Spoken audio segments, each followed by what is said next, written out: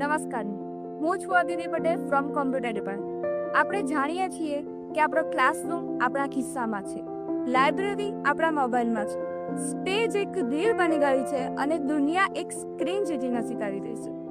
Welcome to the digital world. આ digital વર્લ્ડનો main power છે આજનો યુથ.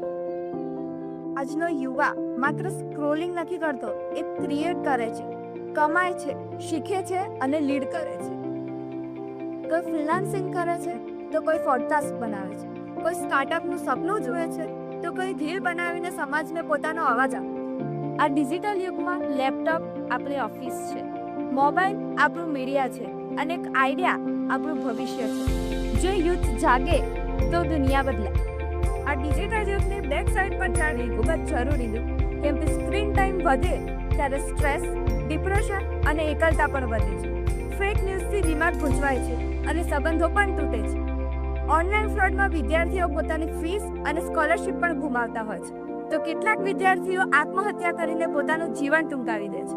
ਇਸ માટે જોખમી સ્ટન્ટ કરતા ઘણા યુવાનો આજે હોસ્પિટલમાં છે અને આવી અનેક ઘટનાઓથી ન્યૂઝ ચેનલો અને સમાચાર પત્રો ભરાયેલા છે. એટલે ટેકનોલોજી આપણા હાથમાં હોવી જોઈએ, આપણે ટેકનોલોજીના હાથમાં નહીં. હું તો બસ એટલું જ કહીશ કે આ ડિજિટલ યુગમાં મારા જેવા યુવાઓની કેટલીક મહત્વની ભૂમિકાઓ છે. સમજદારીથી ઇન્ટરનેટ વાપરવાની, સાચું ફેલાવવાની, નવી તકો બનાવવાની અને સમાજમાં બદલાવ લાવવાની.